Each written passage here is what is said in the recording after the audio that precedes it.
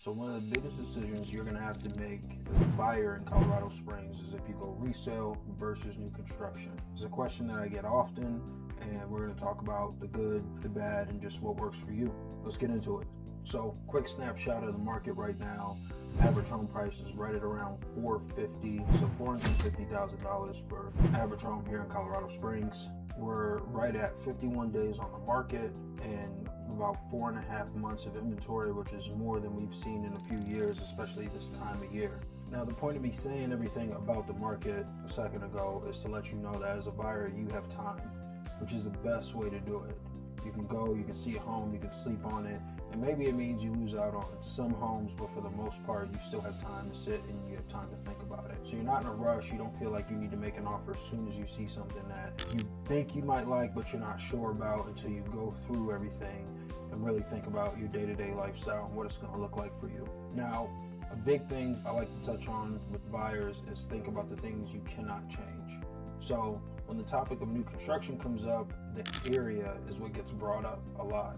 So if there's a specific area you want to be in, whether it be for a school district, whether it be for your commute to work, or maybe you just like the park next door and you like walking your dog around that park. Whatever it may be, you want to think about those things that you can't change. So when it comes to new construction versus resale, this comes up a lot because the area is something that you usually cannot change. So if you're looking at places like Meridian Ranch, Danning Lewis, if you're looking for Lorson Ranch, those are all areas where you know you can go get new construction. You can take advantage of what the builder is doing for you. Like I mentioned in my video last week, I talked about all the incentives and the things you can do to structure a deal that's going to be advantageous for you in new construction. What I didn't mention with new construction are the very obvious things. You have a brand new roof, you have a brand new HVAC system, you don't have to worry about any deferred maintenance that you might be getting from another seller if you were to go resale. These are all obvious things, but they're also great things. The other side of that is most builders don't handle landscaping for you. A lot of them won't give you appliances. So these are all expenses that you have to think about. On top of that, something that seems small but does add up pretty quickly is window coverings. You gotta go get blinds, you gotta go get whatever you need to cover your windows. On the flip side of that, you also have a home warranty. Most builders offer you a 1, a 2, and a 10.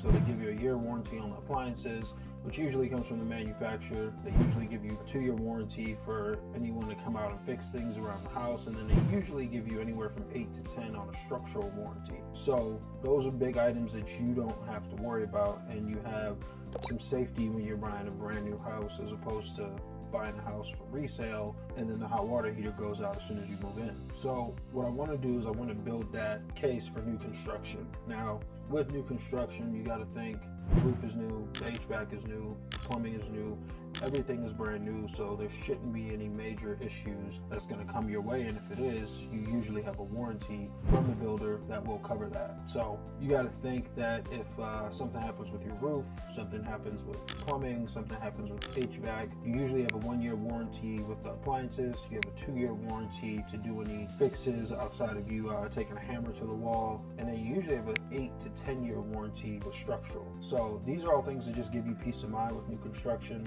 Like I mentioned at the top of this, you can't really pick your area, but you do have great options for new construction in areas that might make sense for you. So something to think about for the case of new construction. And of course, like I mentioned before, you have a ton of incentives from the builder. So depending on your case, if you're a VA buyer and they're going to pay off your debt and they're going to do a lot of things that make sense for you, then new construction might be the way to go. Now I want to jump into the case for resale. Now, location definitely wins. If you want to be in a specific school district, if you want to be near a park, if you want to be near friends and it's in a neighborhood that's already built up, one, you get an established neighborhood, you get established trees, you get something that has history and you can look at it and see, okay, I want to be here because of X, Y, and Z. You don't really get that in new construction and you might not know what you're getting into.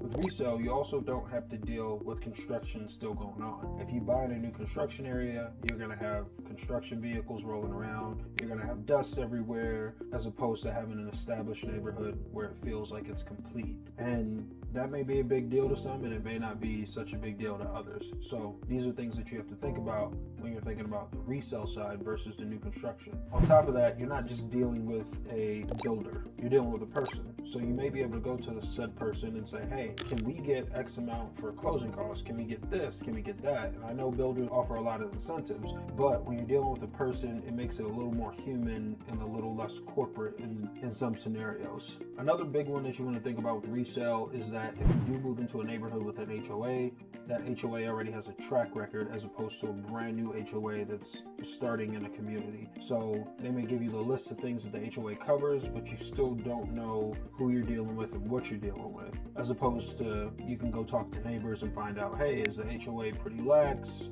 Are there things they're strict about? What should we be worried about with this HOA? Now, something that may be a knock both ways is when you're thinking about lenders. The part of the transaction that you may not think about a whole lot is if you're buying and you're using a lender, when it comes to new construction, they want you usually to use the lender that they're giving you, because that's how you get the incentives. So you have to use their preferred lender. And if you were to take that lender and then another lender and compare their rates and what you're getting as a whole, it may look a little bit different. So having your choice in a lender is definitely a plus, I would say, on the resale side, but obviously the benefits outweigh that plus when they're giving you a lot of money to buy down your rate or pay off debt or whatever it may be. Another thing that you may want to think about is the inspection items.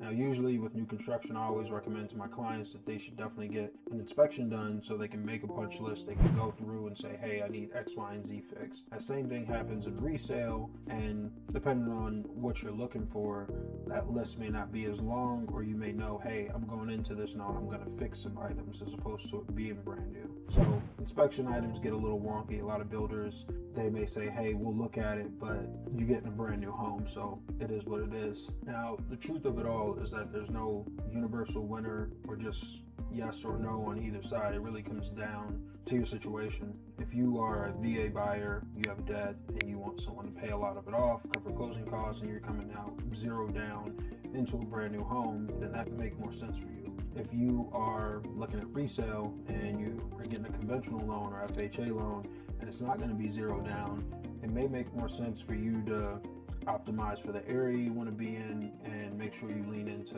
say, a school district or your commute or just your day-to-day living. If you want to sit down and just look at the differences and see what makes the most sense, whether it be with using a lot of incentives from a builder or going to resale option, comparing payments, hit me up. My information's on the screen and we can talk through it.